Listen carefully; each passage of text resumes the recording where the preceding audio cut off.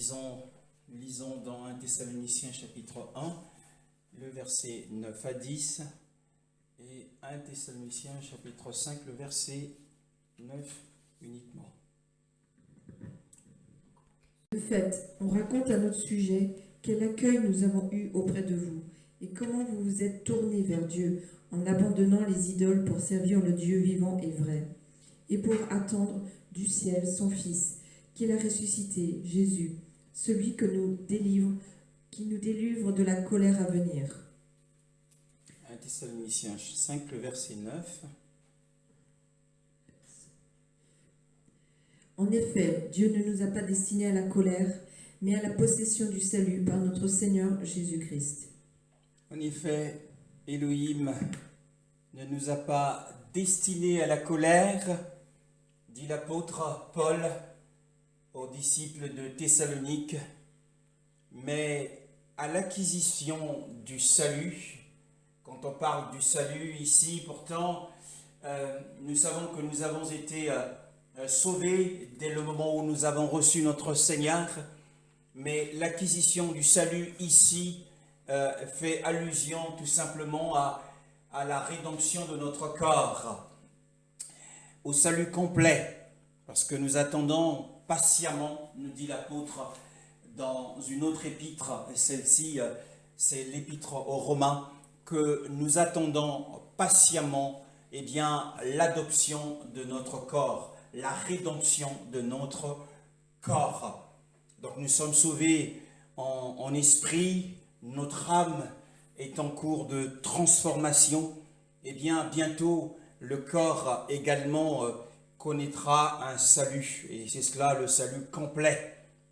Donc dans 1 Thessaloniciens chapitre 1, le verset 9, l'apôtre fait la louange de cette église de Thessalonique, et bien parce qu'il s'était tourné vers le Seigneur et qu'ils étaient des serviteurs et des servantes de l'Élohim vivant. Eh bien, ils expérimentaient l'Élohim vivant chaque jour de leur vie et ils expérimentaient l'Élohim véritable. Ils s'étaient détournés des idoles muettes qui ne peuvent entendre, qui ne peuvent voir et qui ne peuvent bouger. Eh bien, ils se sont tournés dans leur conversion à Elohim, eh bien, vers l'Élohim vivant, qui est la source de la vie qui ne passera pas, la vie qui n'a pas de fin, la vie du Seigneur. Et au verset 10, il est dit, pour attendre des cieux son Fils.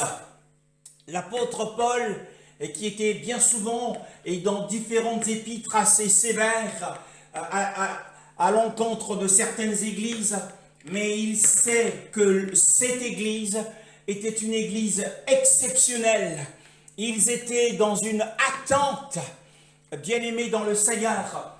Et où voulons-nous en venir ce matin? Eh bien, lorsque nous sommes étudiants de la parole du Seigneur, nous comprenons que les épîtres aux Thessaloniciens, que ce soit la première épître ou la deuxième épître, eh bien ces épîtres passent en revue, ces épîtres examinent dans le détail, passent en revue la majeure partie eh bien, du terrain qu'a parcouru notre Seigneur. Notre Seigneur a parcouru un terrain, le terrain de la prophétie. Et il l'a parcouru sur le mont des Oliviers, sur la montagne des Oliviers. Et c'est Matthieu chapitre 24 eh bien, qui nous retrace toute la prophétie biblique concernant l'eschatologie, concernant le temps de la fin, bien-aimés dans le Seigneur. Et les épîtres de l'apôtre Paul viennent ici pour passer en revue, pour examiner dans le détail, comme nous sommes en train de le dire. Et nous voyons donc dans la lecture qui a été faite ce matin de 1 Thessaloniciens chapitre 1, le verset 9 à 10, que l'objet de foi, l'objet de l'espérance, c'était un objet de l'espérance. Car qu'est-ce que la foi? La foi est une ferme assurance des choses que l'on espère et une démonstration de celles que l'on ne voit pas. Et l'objet de leur foi et de leur espérance, l'objet de leur attente, ils en avaient certainement plusieurs. Ils en avaient plusieurs dans la vie, comme nous en avons aussi plusieurs. Nous avons plusieurs attentes dans la vie. Certains attendent la fin de la scolarité pour entrer dans la vie active. D'autres attendent le mariage. D'autres encore attendent d'avoir un enfant, de former une famille. D'autres attendent d'avoir un emploi, une promotion. Nous pouvons avoir plusieurs sortes d'attentes. Certains peuvent attendre la guérison, peuvent attendre un miracle. Mais ici, l'objet de l'attente centrale, l'objet de l'attente principale des Thessaloniciens, ce qui constituait le centre de leur vie, eh bien, et cet objet de l'espérance centrale était tellement brillant autour d'eux, tellement brillant dans Thessalonique, tellement brillant dans la Macédoine et dans les environs, que cet objet de leur attente était connu de l'apôtre, connu de tous. Et cette attente, c'était, eh bien, la présence du Fils, la parousie du Seigneur. Ils attendaient, ils prêchaient uniquement le retour imminent de Yeshua, bien-aimé dans le Seigneur. Et cette parousie, à quoi consiste-t-elle et à quoi consistera-t-elle? Eh bien, cette parousie consistera en deux mouvements. Il y aura deux mouvements. Le premier mouvement, c'est la descente invisible du Seigneur du ciel. Oh, ça sera une descente invisible, discrète et secrète.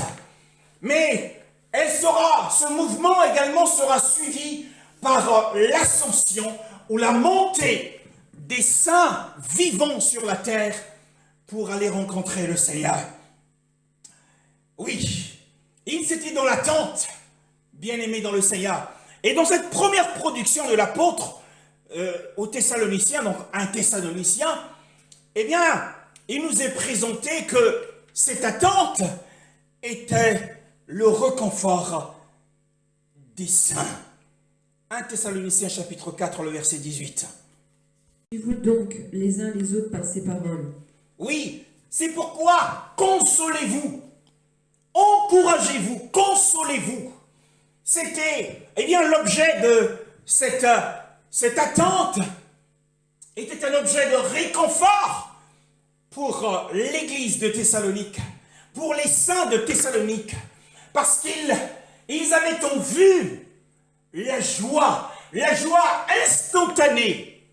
Eh bien, lorsque les croyants, mais de quels croyants, de quels chrétiens parle-t-on ici? Est-ce qu'il s'agit de tous les chrétiens? Mais non, il s'agit ici tout simplement des chrétiens vigilants, qui sont spirituellement vigilants. Ceux-là, eh bien, lorsque ce mouvement de l'ascension et de la montée se produira, eh bien, ils éprouveront une joie instantanée. Et donc, ce matin, le Saint-Esprit nous a mis à cœur de parler de la double dimension de l'enlèvement de l'Église. La double dimension de l'enlèvement de l'Église. Alors pour cela, nous allons dans 1 Thessaloniciens, chapitre 4, le verset 13 à 17. Sœurs, que vous soyez dans l'ignorance au sujet de ceux qui sont morts, afin que nous ne soyons pas dans la tristesse comme les autres qui n'ont pas d'espérance. En effet, si nous croyons que Jésus est mort et qu'il est ressuscité, nous croyons aussi que Dieu ramènera par Jésus avec lui ceux qui sont morts. Voici ce que nous vous déclarons d'après la parole du Seigneur. Nous les vivants, restés pour le retour du Seigneur, nous ne devancerons plus ceux qui sont morts. En effet, le Seigneur lui-même a un signal donné à la voix d'un archange et au son de la trompette de Dieu, descendra du ciel, et ceux qui sont morts en Christ ressusciteront d'abord. Ensuite, nous qui serons encore en vie, nous serons tous ensemble enlevés avec eux sur des nuées à la rencontre du Seigneur dans les airs, et ainsi nous serons toujours avec le Seigneur. Ainsi nous serons toujours avec le Seigneur. eh bien ce miroir de la parole, ce matin nous découvre que, eh bien, l'espérance de notre déplacement vers le Seigneur dans les airs englobera de ses bras les plus larges à la fois les saints qui sont endormis, c'est-à-dire qui sont morts, et ceux qui sont vivants ou éveillés. Et nous remarquons au verset 14, car si nous croyons que Yeshua est mort et qu'il s'est relevé, de même aussi ceux qui se sont endormis en Yeshua, Elohim les ramènera avec lui. Au verset 13, « Or frères, je ne veux pas que vous soyez dans l'ignorance. » Paul, ici, à travers le verset 13, voudrait corriger une corde de l'erreur qui avait saisi les saints de Thessalonique, car il dit au verset 13, « Or frères, je ne veux pas que vous soyez dans l'ignorance au sujet de ceux qui se sont endormis. » Il y avait une doctrine qu'ils avaient reçue, afin que vous ne soyez pas attristés comme les autres, aussi qui n'ont pas d'espérance. En réalité, les Thessaloniciens étaient attristés lorsqu'un frère quittait ce monde, lorsqu'un frère s'en allait et qu'il était décédé. Ils étaient attristés, non pas, mais aussi par le fait que le lien fraternel a été rompu, ou le lien familial a été rompu et que c'est une douleur. La perte d'un être cher est une douleur. C'est l'objet, la plupart des cas, de la tristesse de l'homme. La séparation. Mais ici, ils étaient d'autant plus attristés par le fait qu'ils avaient accepté une doctrine qui disait qu'un saint, lorsqu'il meurt, si un saint meurt avant que Yeshua ne revienne, eh bien, il ne participera pas au royaume millénaire. Ils attendaient de leur vivant, ils s'imaginaient et pensaient, ils avaient cette espérance, puisque Paul le dit, ils étaient dans l'attente du retour imminent du Fils. Et que lorsqu'un saint mourait, celui-là était perdu.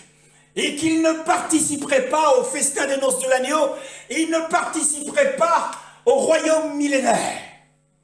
Alors Paul vient ici pour corriger cette corde de l'erreur. En leur disant au verset 14, « Car si nous croyons que Yeshua est mort et qu'il s'est relevé, il voulait simplement leur dire que, eh bien, si la mort n'a pas été un obstacle à la résurrection de Yeshua, si la mort n'a pas été un obstacle à la résurrection de Yeshua, et si la mort n'a pas empêché Yeshua de monter au ciel, alors ceux qui étaient unis à Yeshua par le baptême, même s'ils sont morts, ils ressusciteront et participeront aussi au royaume du Milan. Il les ramènera avec lui. Ainsi Paul corrige cette erreur doctrinale. Au verset 15, car nous vous disons ceci par la parole du Seigneur, c'est que nous, les vivants, restés pour la parousie du Seigneur, nous ne précéderons jamais ceux qui se sentent endormis. Qu'est-ce que cela signifie? Eh bien, l'apôtre Paul laissait entendre que le sommeil des saints défunts, alors qu'ils sont en sommeil, leur corps est en sommeil, et leur corps est, sous l'esclavage de la corruption, comme le dit l'apôtre Paul dans l'épître aux Romains. Ils sont en sommeil, les saints sont dans le paradis d'Hadès.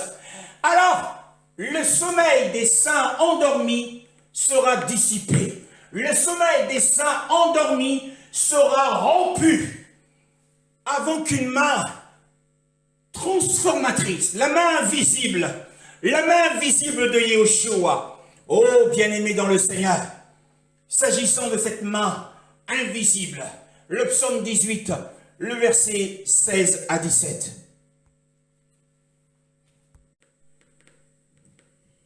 Le fond des océans est apparu, les fonds du monde ont été découverts à ta menace éternelle, au souffle de tes narines.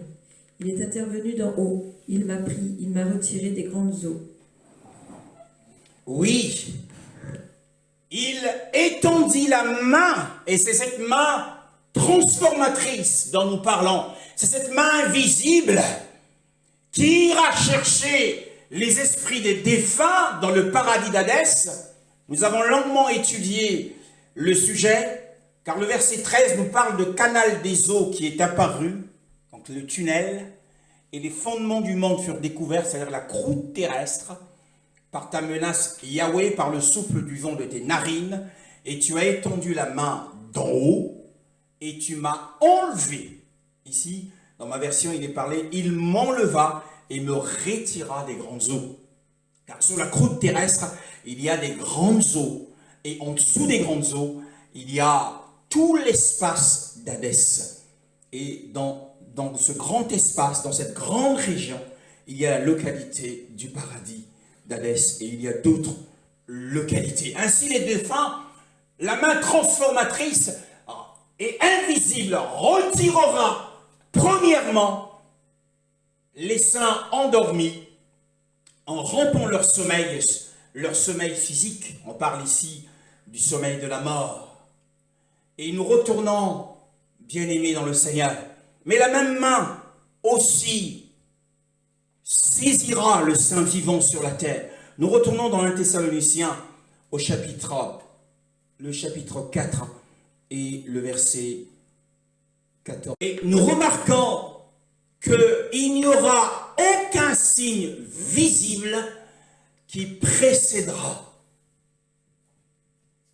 la double dimension de l'enlèvement des saints.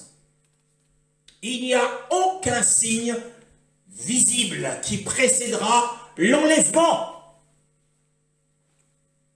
Ne nous attendons pas à ce qu'il se passe quelque chose pour que l'on se dise, eh bien, l'enlèvement est sur le point de se produire. Il n'y a aucun signe visible, que ce soit le Seigneur lui-même ou que ce soit son apôtre Paul, aucun de deux ne donne un signe. Car il dit, quant au jour et quant à l'heure, personne ne le sait. Bien-aimé dans le Seigneur. Mais au verset 16, parce que le Seigneur, le verset 16 nous dit, parce que le Seigneur lui-même, avec un cri de commandement, avec une voix d'archange et avec la trompette d'Élohim, descendra du ciel. Mes frères, et le seul son que le croyant ou le chrétien ou la chrétienne, le saint ou la sainte entendra, c'est le cri. C'est le seul son qui sera entendu de l'oreille de celui qui sera prêt ce jour-là. Dans Luc, et ce cri, c'est la voix de l'archange. Et ce cri, c'est la trompette d'Élohim. Dans Luc chapitre 12, le verset 35 à 36, nous y voyons également un parallèle. À votre taille et tenez vos lampes allumées. Soyez comme des hommes qui attendent que leur maître revienne des noces afin de lui ouvrir dès qu'il arrivera et frappera.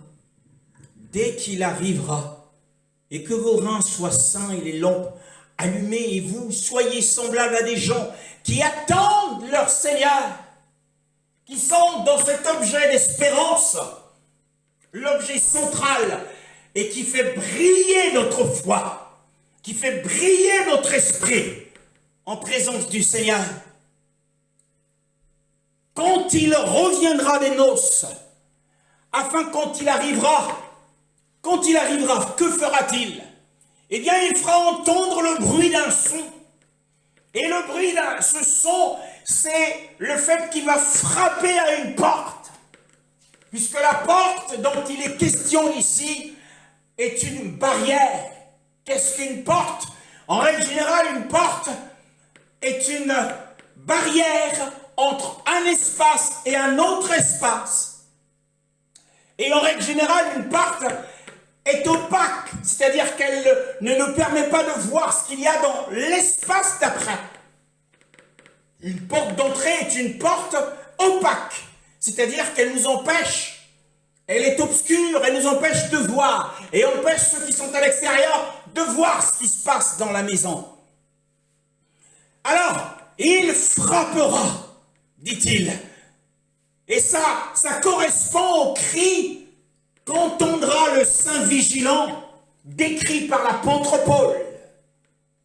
Car au cri du commandement, à la voix de l'archange et au son de la trompette, le Seigneur amorcera le mouvement de la descente dans les airs. Alors le saint sur la terre sera saisi par une main invisible et transformatrice qui le fera monter dans le ciel. Ici, le son qu'entendra le serviteur ou la servante, eh bien, c'est le son d'une porte qui finit par, s'ouvrir. Alors, cette barrière opaque qui est intervenue entre le Seigneur et le Saint, cette barrière opaque représente le voile de la chair qui nous empêche de voir ce qui se passe dans le monde de l'esprit. Alors il frappera sur cette barrière, et cette barrière s'effacera. Et nous pourrons voir le Seigneur, nous pourrons voir comment nous serons posés sur les nuées et monter au ciel. Ça nous permettra d'aller à la rencontre du Seigneur. Il faut que la barrière de la chair, la barrière opaque de la chair, qui nous empêche de voir le Seigneur, car si nous sommes dans la chair, nous sommes loin du Seigneur. Et lorsque, le coup sera donné à ce voile ou à cette porte, à cette barrière, alors cela nous permettra de rencontrer le Seigneur. Lorsqu'il viendra, dit-il, quand il arrivera dans les airs et qu'il frappera, nous pourrons lui ouvrir aussitôt. Nous aurons ce pouvoir. Retour dans 1 Thessaloniciens, chapitre 4, le verset 16. Et nous voyons que quand Yeshua descendra du ciel, eh bien les morts dans le Seigneur, en Machia, ressusciteront premièrement.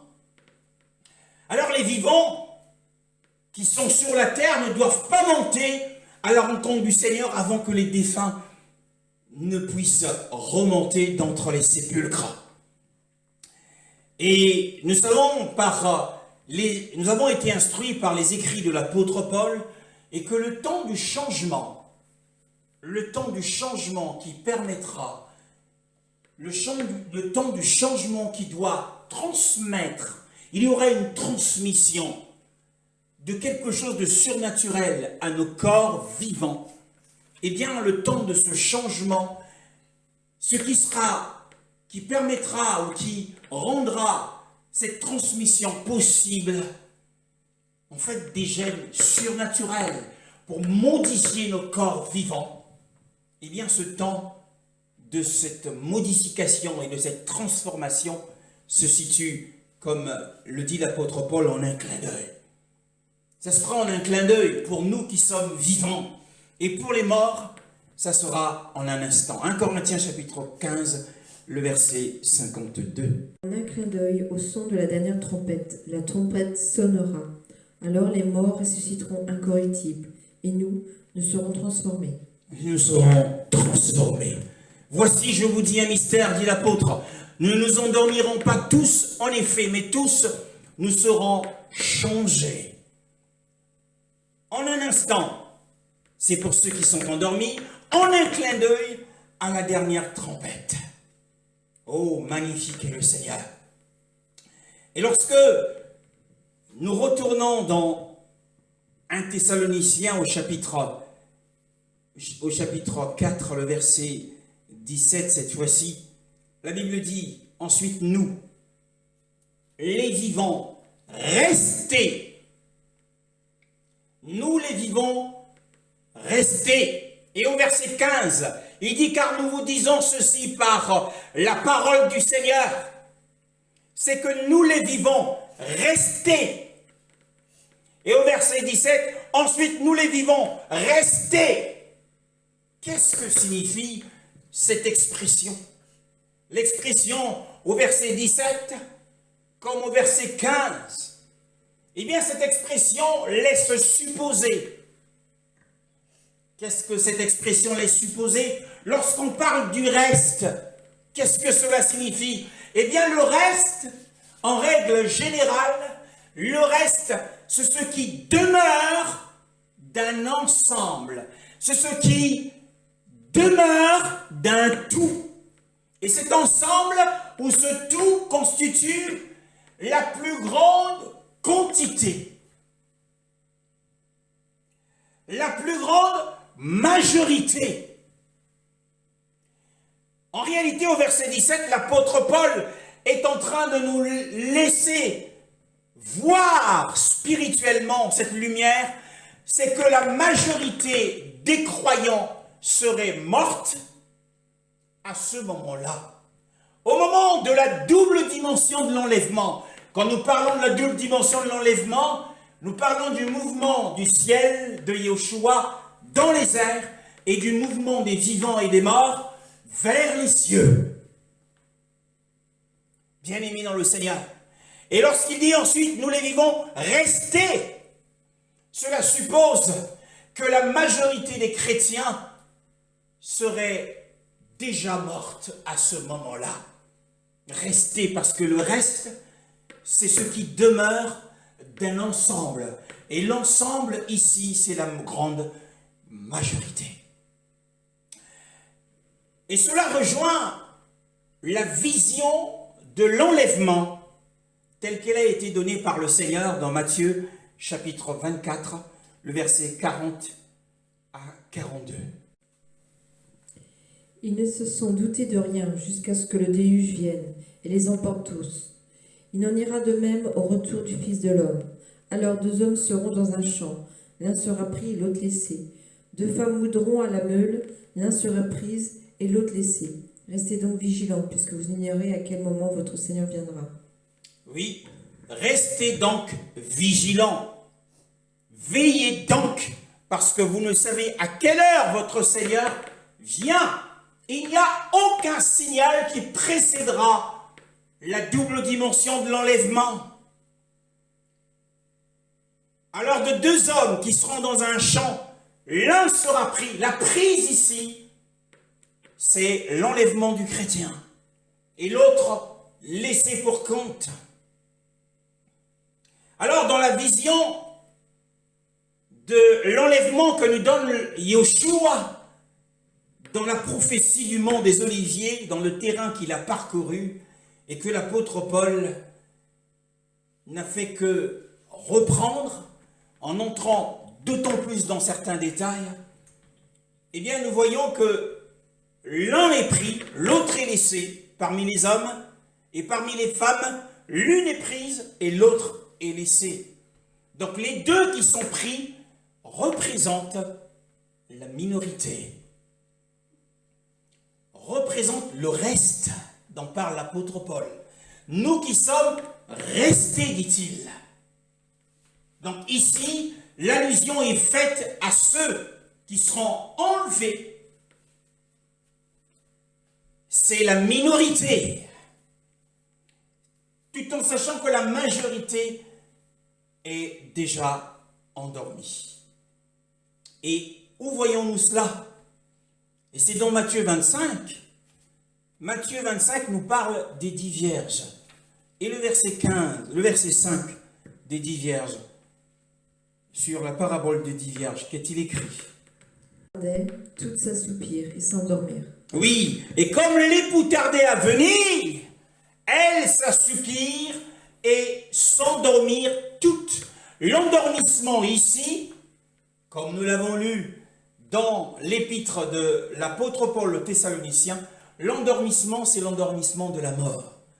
Donc les 10, il y a d'une part les 10 qui s'endormirent, et il y a les 2 que nous avons lus précédemment, dans Matthieu 24, 40 à 42. L'un des hommes est pris, l'une des femmes est prise, les 2 représentent le reste, et les 10 représentent la majeure partie. Car 10 est la majeure partie de 12. Bien-aimés. Alors, sur le terrain parcouru par le Seigneur dans Matthieu 24, aucun signal n'est donné. Eh bien, c'est le cours d'une vie normale. Et ça se passera ainsi. C'est le cours d'une vie normale. Matthieu 24, si j'y retourne, Matthieu 24, 40. Alors de 2 hommes qui seront dans un champ, c'est le cours d'une vie normale. Il n'y a aucun signal qui précède cela. Sinon, ils seraient dans une église, en train de prier, ou ils seraient enfermés dans leur chambre, jeûner en prière. Mais c'est le cours d'une vie normale. Peut-être que celui qui est dans le champ était sur son tracteur, en train de labourer la terre. Et un autre en train de faire les bottes de foin. Et de 2 hommes pour rapporter cette vision de l'enlèvement donnée par le Seigneur à notre vie actuelle. Nous sommes certainement au travail. Peut-être nous sommes dans un bureau assis ou en train de remplir une tâche. Peut-être que nous sommes devant la machine à café, en train de boire un coup et de discuter avec nos collègues de travail. C'est le cours d'une vie professionnelle normale. Et ainsi, l'un sera pris et l'autre laissé. Et nous voyons que 2 femmes également qui sont en train de travailler. Elles travaillent dur, en train de moudre au moulin. C'est un travail physique. Peut-être qu'une sœur en Europe ici est dans un service de nettoyage. Elle travaille dur. L'une est prise et l'autre est laissée. Et Luc nous donne également la vision de l'enlèvement. Luc chapitre 17, le verset 34 à 36. Il dit cette nuit, 2 personnes seront dans un même lit. L'une sera prise et l'autre laissée. 2 femmes moudront ensemble, l'une sera prise et l'autre laissée. 36. 2 hommes seront dans un champ, l'un sera pris et l'autre laissé. Oui, l'un sera pris et l'autre laissé. En cette nuit-là, il y aura 2 sur un lit. Ce soir-là, sans doute, puisque c'est la description d'une vie, du cours d'une vie normale. Ce soir, si nous reportons cette vision à notre époque, eh bien, ce soir-là, sans doute que la femme, ce soir-là, était devant la télé, regardant sa série, et l'homme était dans sa chambre, regardant son match, et un match de football, et après cela, ils sont allés au lit tous les 2, comme cela se passe tous les jours. Et au cours de la nuit, une main mystérieuse, une main invisible et transformatrice va se saisir de l'une des 2 personnes qui étaient dans ce lit et l'emmener. Voyez-vous? Donc, nous comprenons que la présence du Fils de l'homme, pourquoi est-ce qu'il n'y a aucun signal à son retour? Eh bien parce que la présence du Fils de l'homme est semblable à celle d'un voleur dans la nuit. Puisqu'il viendra comme un voleur dans la nuit, aucun signe, ne recherchons pas de signe autour de nous. Son retour se fera comme l'effectue un cambrioleur dans la nuit, car il ne prévient pas le maître de maison qu'il viendra cambrioler chez lui alors qu'il s'est fixé. Bien-aimé dans le Seigneur, il n'y a aucun signe préalable. Mais nous remarquons une chose, et pour ceux qui ne l'ont pas vu, nous remarquons une chose, c'est que l'apôtre Paul dit que tous nous serons enlevés, nous qui sommes vivants, restés pour l'avènement du Seigneur, nous serons tous enlevés. Mais Yeshua présente dans sa vision de l'enlèvement, il présente un enlèvement discriminatoire, un enlèvement par discernement, un enlèvement par séparation. Ce que l'apôtre Paul, son apôtre, ne fait pas. On a l'impression que l'apôtre a omis quelque chose. Et ou encore, pour les critiques de la Bible, ils peuvent dire, mais il y a des contradictions dans la doctrine de l'enlèvement. Ici, Yeshua dit, l'un sera pris et l'autre laissé. Mais l'apôtre Paul, lorsqu'il parle aux Corinthiens, dans 1 Corinthiens 15, nous l'avons lu tout à l'heure, au verset 52, nous tous nous serons changés. Et aux Thessaloniciens, il dit, nous serons tous enlevés. Mais pourquoi une telle différence? Pourquoi Yeshua fait-il la séparation? Il sépare d'une part les vivants, par l'un des deux sera pris, et il sépare les morts, les 10 vierges. Lorsqu'il présente la parabole des 10 vierges, il dit que toutes les 10 vierges s'ensoupirent et s'endormirent, en parlant que la majorité des chrétiens seraient mortes lorsque l'enlèvement aura lieu. Pourquoi? Eh bien parce que, d'une part, si nous parlons de l'apôtre Paul, nous allons le voir dans 1 Thessaloniciens chapitre 1, le verset 5 à 6. 1 Thessaloniciens chapitre 1, le verset 5 à 6. Si nous lisons, que lisons-nous là-dessus? Parce que notre évangile ne vous a pas été prêché en parole seulement, mais avec puissance, avec l'Esprit Saint et avec une pleine conviction. Vous savez en effet comment nous nous sommes comportés parmi vous à cause de vous. Versets 6 à 7. Vous-même, vous êtes devenus nos imitateurs et ceux du Seigneur, en accueillant la parole au milieu de grandes difficultés, avec la joie du Saint-Esprit. Ainsi, vous êtes devenus un modèle pour tous les croyants de la Macédoine et de l'Achaïe. Ces frères de Thessalonique, c'est la seule église des églises du temps de l'apôtre Paul, où l'apôtre Paul dit que ses frères étaient ses imitateurs et qu'ils étaient aussi les imitateurs du Seigneur, que leur vie ressemblait à celle du Seigneur. Et quand on les voyait, on voyait Yeshua. Quand on les entendait, quand on les voyait agir, on voyait les agissements de leur maître. Et au verset 7, il dit de sorte que vous êtes devenus des modèles pour tous les croyants dans la Macédoine et dans l'Achaïe. Dans toutes les régions alentour, cette église, les saints de Thessalonique, étaient des modèles.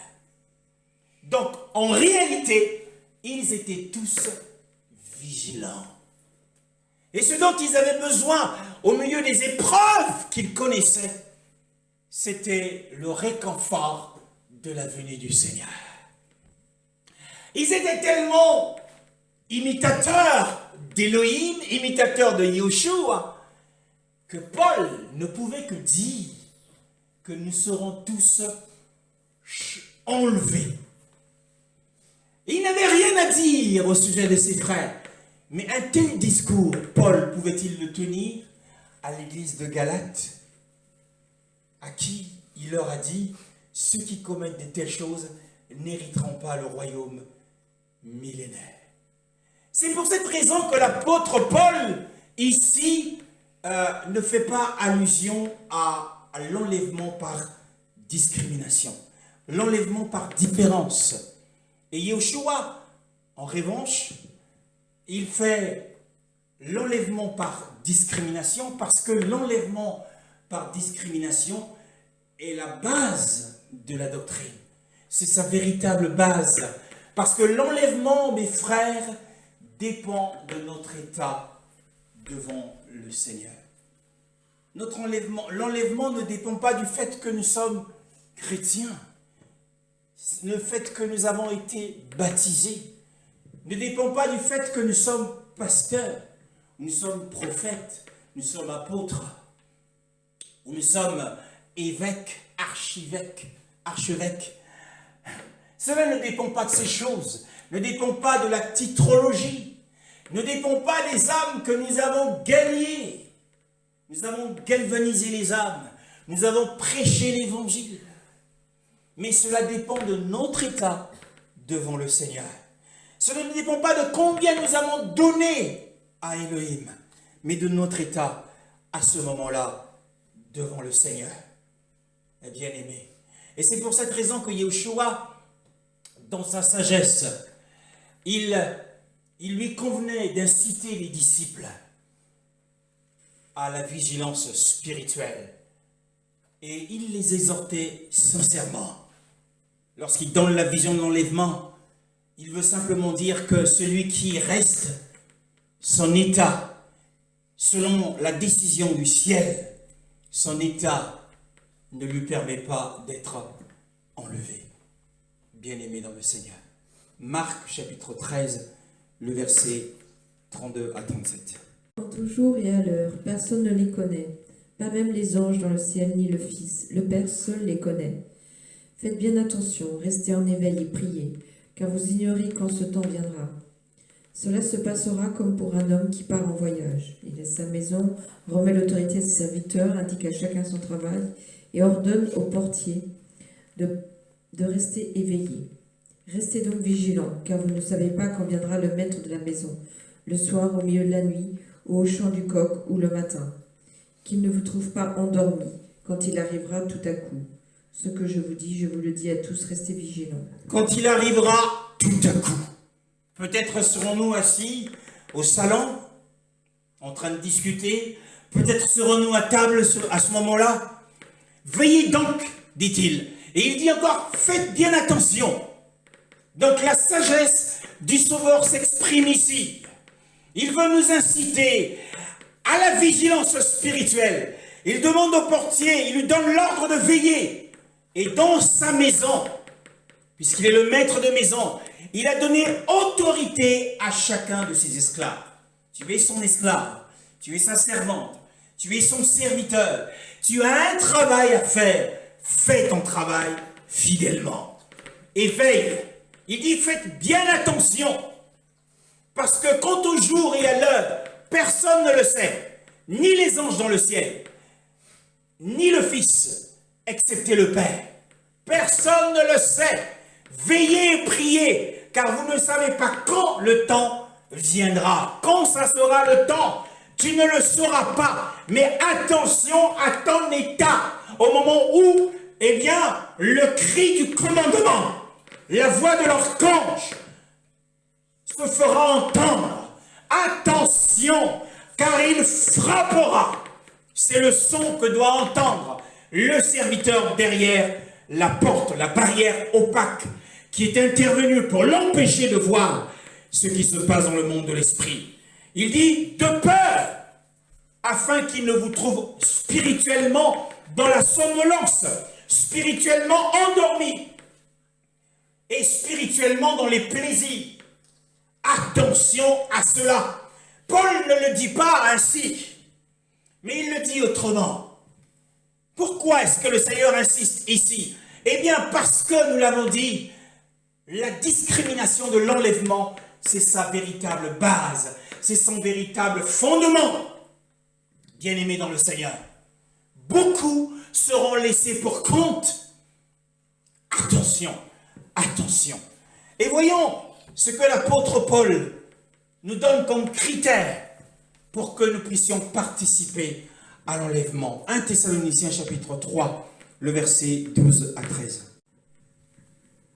Que le Seigneur fasse grandir et déborder l'amour que vous avez les uns pour les autres et pour tous les hommes, à l'exemple de celui que nous avons pour vous. Qu'il affermisse ainsi votre cœur pour qu'il soit irréprochable dans la sainteté devant Dieu notre Père lors du retour de notre Seigneur Jésus, avec tous les saints. Avec tous les saints. À la parousie de notre Seigneur, il faut que le cœur, qui est le siège de nos affections, le cœur où réside l'âme, soit irréprochable en sainteté. Il faut que ce cœur, dans ce cœur abonde l'amour. Nous l'avons dit, l'amour consacre le don. L'amour consacre tout ce que nous faisons pour Elohim. Nos titres sont sanctifiés si nous sommes de l'amour. Mais si nous avons toute la connaissance, nous avons le don de la foi, nous sommes des grands prophètes, et tout le monde vient nous voir. Mais si il n'y a pas la sainteté du cœur, alors nous serons discriminés. Nous resterons, peu importe le titre que nous portons. Nous sommes apôtres, prophètes, quel que soit notre titre. 1 Thessaloniciens, chapitre 5. Alors, avant d'atteindre 1 Thessaloniciens, chapitre 5, nous lisons dans 1 Thessaloniciens, chapitre 4, bien-aimés dans le Seigneur, comment Paul, dans 1 Thessaloniciens 13, 12 à 13, que nous venons de lire, nous avons vu que Paul désirait que l'amour abonde dans le cœur des saints pour les rendre participants à l'enlèvement discriminatoire. Et dans 1 Thessaloniciens chapitre 4, l'apôtre Paul exhorte les saints à garder les commandements en général. Mais surtout, dit-il, surtout, au verset 3, car c'est ici la volonté d'Élohim, votre sanctification, que vous vous abstenez des relations sexuelles illicites et que chacun de vous sache posséder son propre vase dans la sanctification et dans l'honneur. Il les exhorte à se méfier des péchés d'impureté, car le Seigneur se venge, il se vengera de ces péchés. Il se vengera de tels péchés, les péchés d'impureté. Et au chapitre 5, le verset 23, chapitre 5, le verset 23 pour terminer, bien-aimés dans le Seigneur. Chapitre 5, le verset 23. Que le Dieu de la paix vous conduise lui-même à une sainteté totale, et que tout votre être, l'esprit, l'âme et le corps, soient conservés irréprochables lors du retour de notre Seigneur Jésus-Christ. Oui, lors du retour. En la parousie de notre Seigneur Yeshua Mashiach, pour être pris dans l'enlèvement discriminant, dans l'enlèvement par différence, dans l'enlèvement par séparation, bien-aimés, pour participer à cette double dimension qui ramènera les morts d'entre eux, qui les ramènera dans des corps modifiés et qui les fera rencontrer le Seigneur dans les airs. Paul termine sa lettre par une grande prière. Il les exhorte.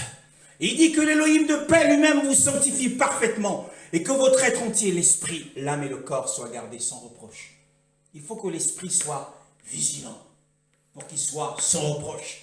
Pour que ton esprit soit reproche, il faut qu'il soit éveillé par une vie de prière, par une vie de consécration dans le jeûne, une vie de consécration dans la prière, comme nous l'avons dit, dans le service. L'Élohim que l'on sert en esprit, il faut que son âme soit débarrassée des idoles. Il faut que son âme soit débarrassée des traits, des tempéraments de colère, des tempéraments d'irritation. Bien-aimé, mais il faut aussi que le corps soit sans reproche. Il faut que les yeux, qu'il n'y ait pas d'impureté, il n'y ait pas d'impureté qui s'attache à nos yeux. Il n'y ait pas la convoitise qui s'attache à nos yeux. Jean pouvait dire, je fais un pacte avec mes yeux. Eh bien, le saint qui fait un pacte avec ses yeux pour les discipliner. Et celui qui fait un pacte avec sa langue, car nous branchons tous, mais celui qui ne branche pas par la langue est un homme parfait. celui qui fait un pacte avec ses lèvres. Yeshua dit ce qui sort de notre bouche qui nous souille, bien-aimés. Mais il y a aussi dans 2 Corinthiens chapitre 7, le verset 1, ayant donc ces promesses, bien-aimés, purifions-nous de toute souillure de la chair et de l'esprit. Les souillures de l'esprit, c'est les souillures de l'âme. L'âme qui reçoit. Nous sommes parfois comme des hommes et des femmes qui permettent, lorsque nous sommes tellement lâches dans notre conduite, qui permettent à des oiseaux maléfiques de venir faire leur nid et faire leurs excréments sur notre tête. Bien-aimés, ce sont les mauvaises pensées que nous acceptons, les mauvaises pensées d'impureté que nous acceptons. Nous devons les rejeter. Et la Bible dit ici, il faut que nous nous purissions de l'esprit, des souillures de l'esprit. Non pas de notre esprit, pas notre esprit, bien-aimé, est habité par le Saint-Esprit. Mais ici, on parle de l'âme, bien-aimé. Ces exhortations prouvent quoi? Pourquoi l'apôtre donne-t-il ces exhortations? Eh bien, il donne ces exhortations et cette prière parce que lorsque la parousie se fera, il y aura non seulement des louanges, mais le Seigneur fera des reproches. Ce qu'il dit ici, afin que vous soyez irréprochables. Dans 1 Thessaloniciens 5, le verset 23, afin que vous soyez irréprochables. Donc il y aura des louanges pour les saints vigilants, les saints qui se seront gardés et qui auront gardé leur corps, leurs yeux, leurs oreilles, leur bouche, leur langue, leurs mains et leurs pieds dans la sainteté. Ils auront des louanges, mais il fera des reproches également à d'autres. D'ailleurs, il leur sera permis de passer par la grande tribulation. Et il y aura aussi des punitions pour les désobéissants. Au temps de la parousie du Seigneur, le serviteur maléfique sera coupé en deux. Il y aura, et c'est Yeshua qui donne cette vision dans Matthieu, chapitre 24. Si nous lisons tout Matthieu 24, nous verrons que le serviteur qui aura connu sa volonté et qui n'aura pas agi sans cette volonté sera battu d'un grand nombre de coups. Donc il y aura des punitions pour les désobéissants. Ce verset 23 donne les limites, nous donne les limites qui nous permettent, dans lesquelles nous pouvons être trouvés pour être enlevés. Et si nous dépassons ces limites, eh bien, nous ne serons pas enlevés. Les limites dans lesquelles un chrétien doit être enlevé, ce sont les limites de l'âme, de l'esprit, de l'âme et du corps irréprochables dans la sainteté. Nous devons veiller. Ton esprit doit être éveillé. Ton âme doit être libérée des affections et des tempéraments de colère et des idoles et de la convoitise. Ton corps aussi doit être libéré de la convoitise des yeux, mais aussi des mauvaises paroles qui sortent de ta bouche. Nous bénissons le Seigneur pour sa sagesse. Sa sagesse se montre sévère à notre égard lorsqu'il nous incite à la vigilance. Il dit ce que je l'ai dit, je le dis à tous, comme il l'a dit dans Marc. On va le relire pour clôturer. Marc 13, le verset 37. Mais ce que je vous dis, je le dis à tous, veillez.